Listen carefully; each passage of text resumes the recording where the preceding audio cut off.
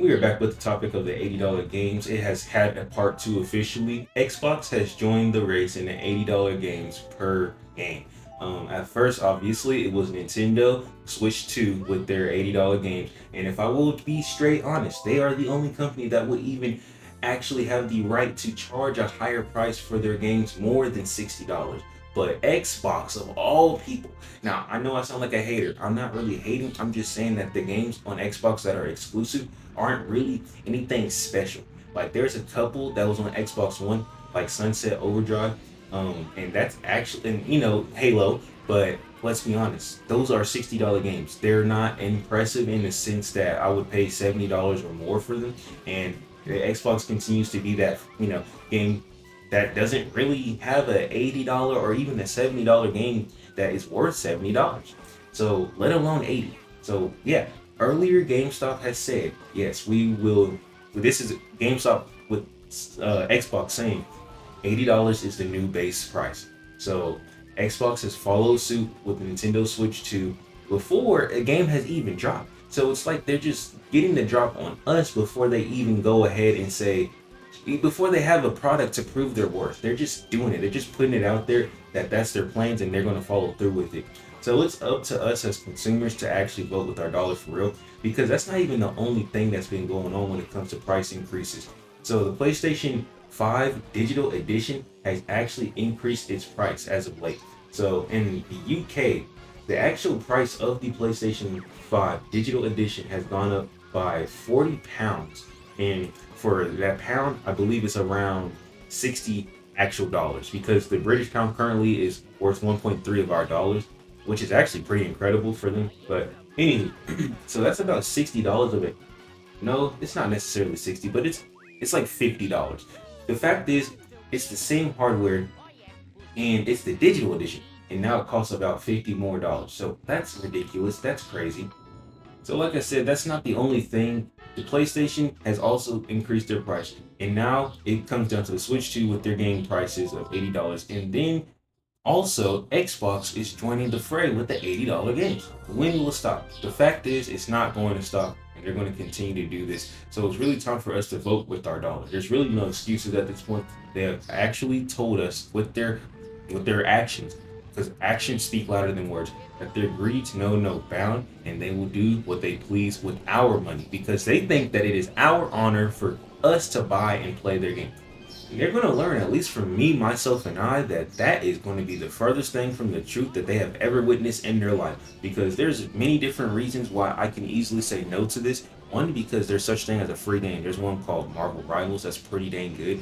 There's one called Genshin Impact. I mean, I'm not gonna lie, that's a gacha game, but there are free games like Fortnite, that's a free game, and a lot of others like Call of Duty Warzone, that's a free game. So we don't even have to spend our money with these companies in their games. Now, obviously, there's always a niche. So, like I said, when it comes to Nintendo, I actually will give them the benefit of the doubt when it comes down to them hiring the prices on their games, because it doesn't make sense, but it makes the most sense because their games are legitimately great on a regular, consistent basis, and they actually put passion into it for the most part. Now, a lot of these games these days on the other consoles, they just don't care.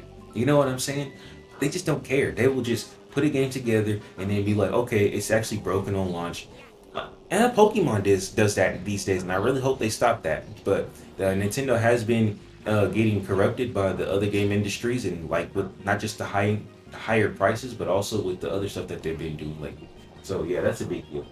Man, so what happened to back in the day when the actual newer consoles like the PS4 Pro came out, and that was actually the price of the original PS4, which was the same price. It was no increase. You got better bang for your buck, and then the previous edition, like the Slim, went down to $100. So now instead of that, we're getting obviously a better console with the PS5 Pro, but really and truly it's not, because it doesn't have a disc tray. They're taking away pretty key items to actually make the bang for our buck disappear, and not only that, but they're increasing the price by $200.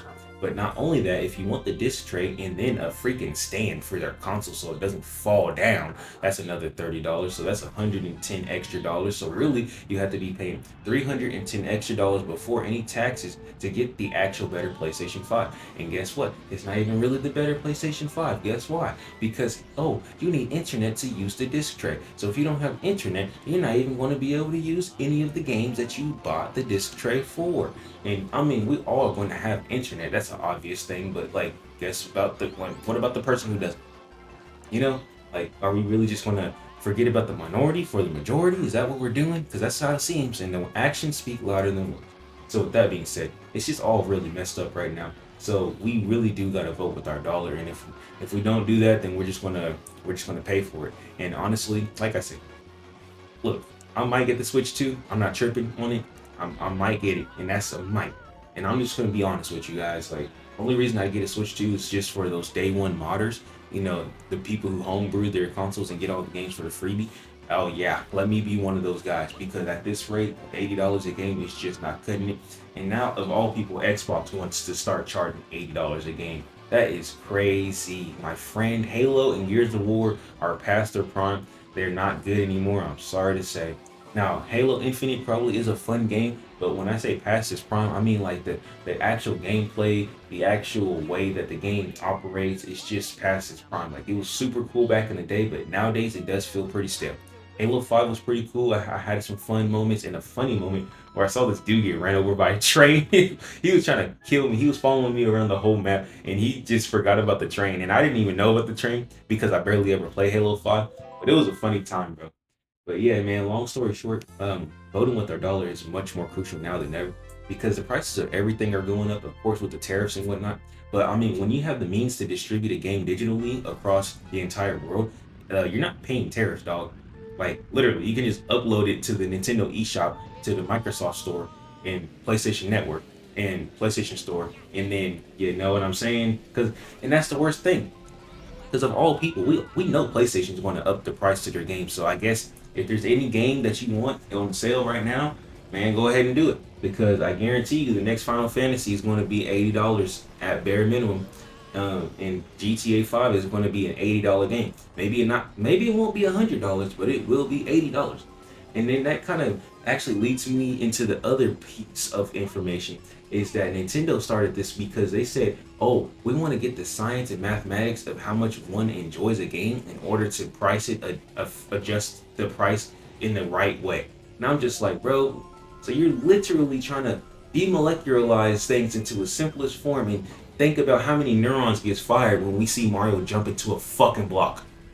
That's what they're doing. That's what they're saying, bro. They're literally saying, oh, how much happiness do you get out of this game? Because if we can calculate the amount of happiness that you get out of this game, then we can actually understand the price that you're willing to pay.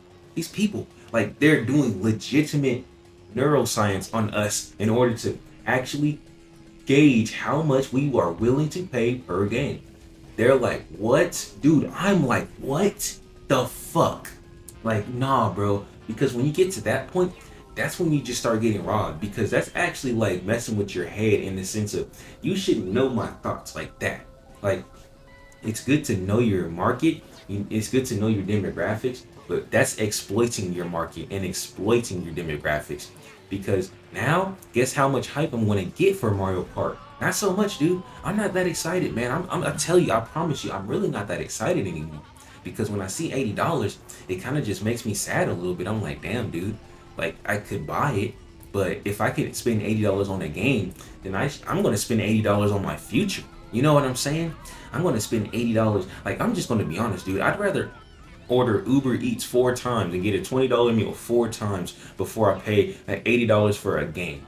Like, that's just me being honest. And I know that food only lasts for the time that you eat it. I already understand that. But I'm thinking, like, the amount of enjoyment I get out of eating some good food that I pay for is like leagues above a video game, honestly. Like, at that very moment in time, if we're gauging neurons and how much neurons are fired because of what I'm doing and what I'm paying for, I guarantee you. Because when I go to GameStop and buy a game for $80 with no DLC, with no deluxe edition, none of that stuff, it doesn't feel good, bro. And I haven't done that yet. And I'm not intending to do that.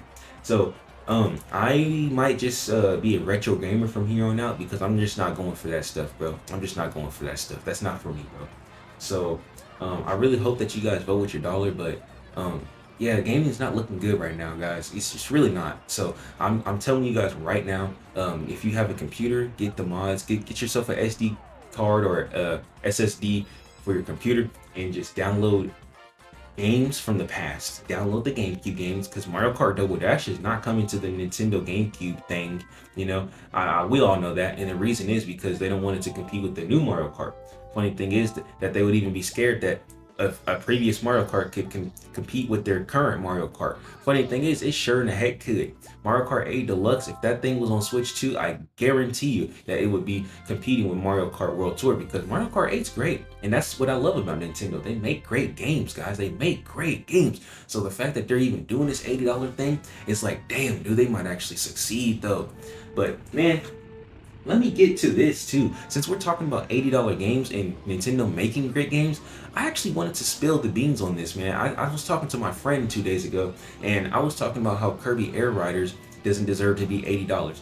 Dude, I'm gonna be honest. Every single Kirby game except for one that I've ever bought, I've bought it on sale. Like, I don't buy Kirby games for $60, bro. Like, I did use the voucher to buy the Kirby's Return to Dreamland Deluxe, and I honestly regretted the fuck out of that decision because, honest to God, Kirby isn't that cool.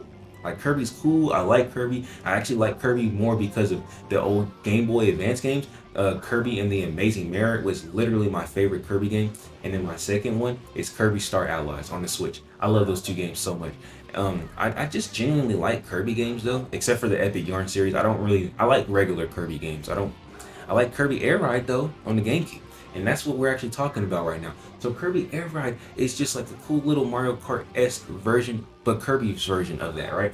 And the reason why it's so cool is because you get to get on the stars, you take off in the sky, you can literally fly in the air. In the Mario Kart series, you could only fly in the air during Mario Kart 7. That was like the first time flying in the air has been introduced in a Mario Kart game, and that was like 10 years later. So Kirby Air Ride was super cool. Like I said, you get to get on different vehicles. So this is the coolest part. Vehicles are actually different. So there's like the star version, and then that's like an all-rounder. You know, they have stats just like Mario Kart cars, and then they have the wheel that is like the only stat is speed. So when it comes to handling and drifting, it's actually dog tier. And then there's different versions like this Meta Knight wing type of wheel, and not wheel, but vehicle, and then it basically just goes straight. It's kind of like the wheel, but the wheel can't fly whatsoever because it's literally just a wheel. But the Meta Knight wing looking vehicle, it can go up in the air, but it's really also bad at turning. It's high speed, and it's just really cool. But I sure will tell you one thing: as much as I love that game as a kid, I understand that it's really mostly nostalgia because that game really isn't that good. It just looks cool, and it's a Kirby game, but Mario Kart. Just like Donkey Kong Racing and Diddy Kong Racing. People liked it because it was like some of people's favorite characters as a kart game. You know, Simpsons Racing. You know what I mean? Crash Bandicoot Tag Team Racing. That's my favorite Crash Racing. I'm sad they didn't bring that back when they revitalized the series on the PS4. But what I'm saying is that Sonic Racing, you know what I'm saying? So it's just another Kirby, it's just another Mario Kart-esque game. And not only that, but it's really not that good.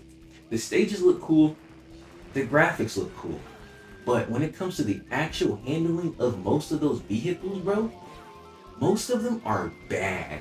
Now, I'm no pro, but I do remember playing that game, and I had very much fun.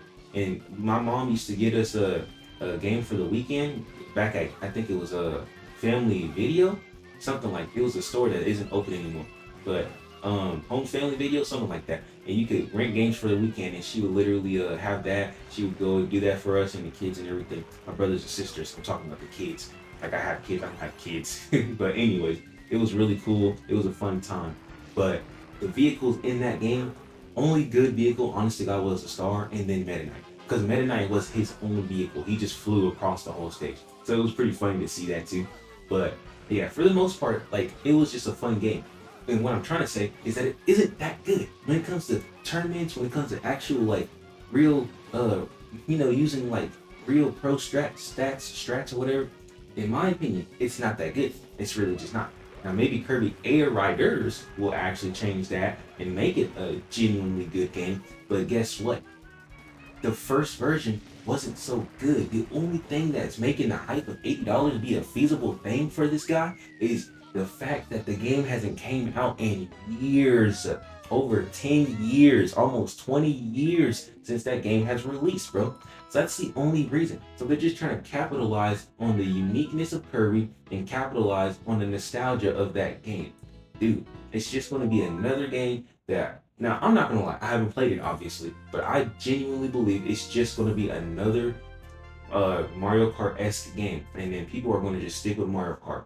So what I'm saying is that that $80 purchase is not going to be worth it in the long run.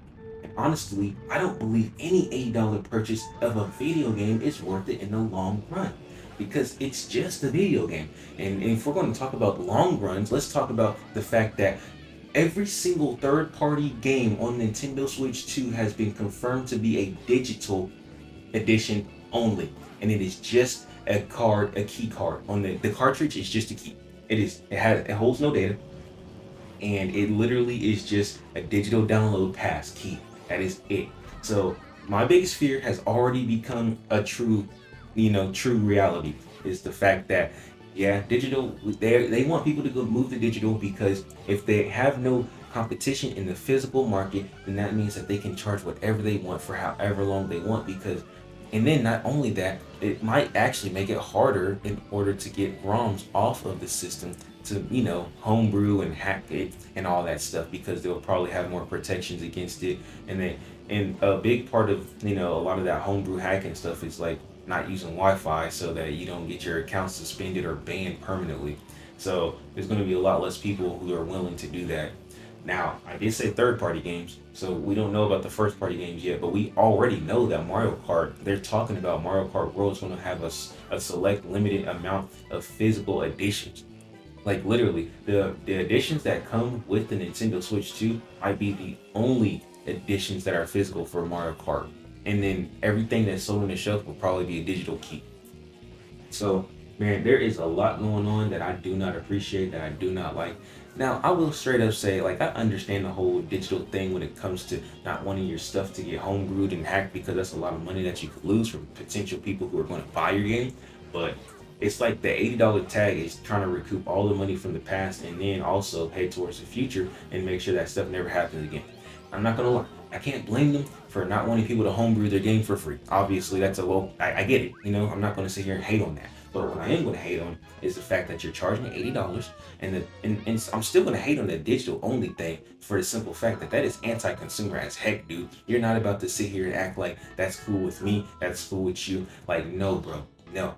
Because I should have my physical game. Now, understand, like Blu-ray disc can only hold so much memory. I believe it's like 70 gigs. So I understand, like nowadays, I actually understand the whole thing about, oh yeah, we need you to download something right off the gate because our game's 100 gigabytes and we can only hold like 70 gigabytes on this Blu-ray disc. That's as far as we get.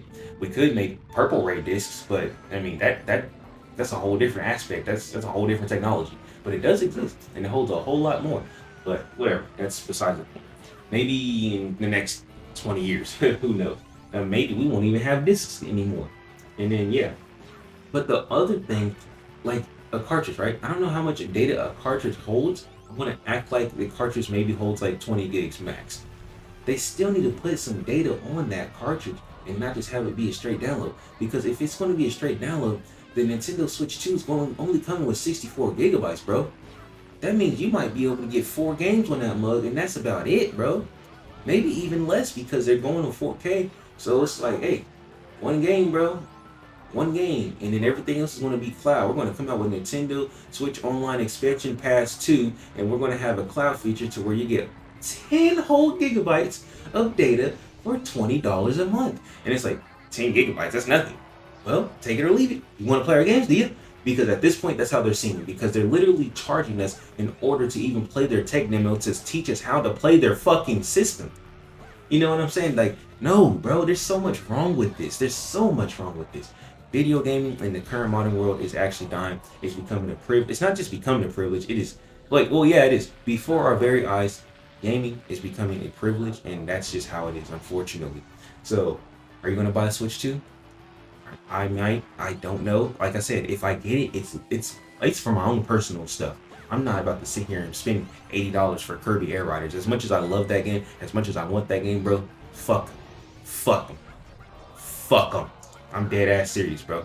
Now, I will be straight up. The one game I might buy, if it comes out for $80, I might just fold for the new Smash Ultimate port because I do love that game, but not only because of that, but actually because I do genuinely believe that they will have a Fighters Pass 3. And if they do have a Fighters Pass 3 on Smash Ultimate, I'm not gonna lie, bro. I'm going for it. And that'll be the one game I buy. I'm not buying. I will buy the Mario Kart edition because obviously it's $50 if you get the edition, blah blah blah, and then Smash Bros. And that's literally it, bro. I'm not buying no Triangle Strategy 2. I'm not buying no Octopath Traveler 3. I'm not buying Hyrule Warriors, especially a Warriors game. A Warriors game, a literal hack and slash brain rot game like that. I love games like that. But you know what I love them for? Because they're cheap, affordable, and they get the job done when it comes to my dopamine rush. I just like it because I can bulldoze through the enemies and have a good time. But I'm gonna be honest, Age of Calamity, bro, some of the missions be too damn long. I'm like, okay, I'm bulldozing through the enemies, but I gotta fight 5 bosses in one stage. What the fuck is this, dude? Calm it down. Chill out. You're not even making a Warriors game at this point. But that's a whole different case besides the point. But I'll tell you one thing right here and right now, my friend. I will not pay $80 for a fucking Warriors game. I don't care. The only one that I wouldn't even do it, but the only game that I would be willing to pay a little bit more, like base price, $60 for as a Warriors game is Dynasty Warriors Gundam 3. Dynasty Warriors Gundam, I think it's called like that. It's on the Xbox 360. It's my favorite Warriors game ever. Because I love the robots, the hack and slash. I love when you get to fly up in the air and then literally do a Kamehameha at the freaking field and blows everything up. It is so fucking cool. And then the robots, the mechs that blow up near their other ally mechs after you destroy them, they blow up their other ally mechs, and it's just like a chain reaction of explosions, and it's just so intense and cool. But Zelda, people aren't exploding, and if anyone is exploding, it's like a one person thing. So that's a whole different case. Long story short, guys, we're gonna vote with our dollars, because if we don't, then we're cooked. Or just stop game, because at this point, bro, I'm done, bro. I'm done. Like, I'm dead ass done. Like, Nintendo and me are severing ties, bro. Fuck that. I don't even play my Nintendo Switch like that, to be honest with you. When I hang out with my friend on Saturdays or Sundays, I do play my Switch. Like, we play Smash Bros, and that's the only game we play. So I'm not desperate for any Nintendo games. I'm not desperate.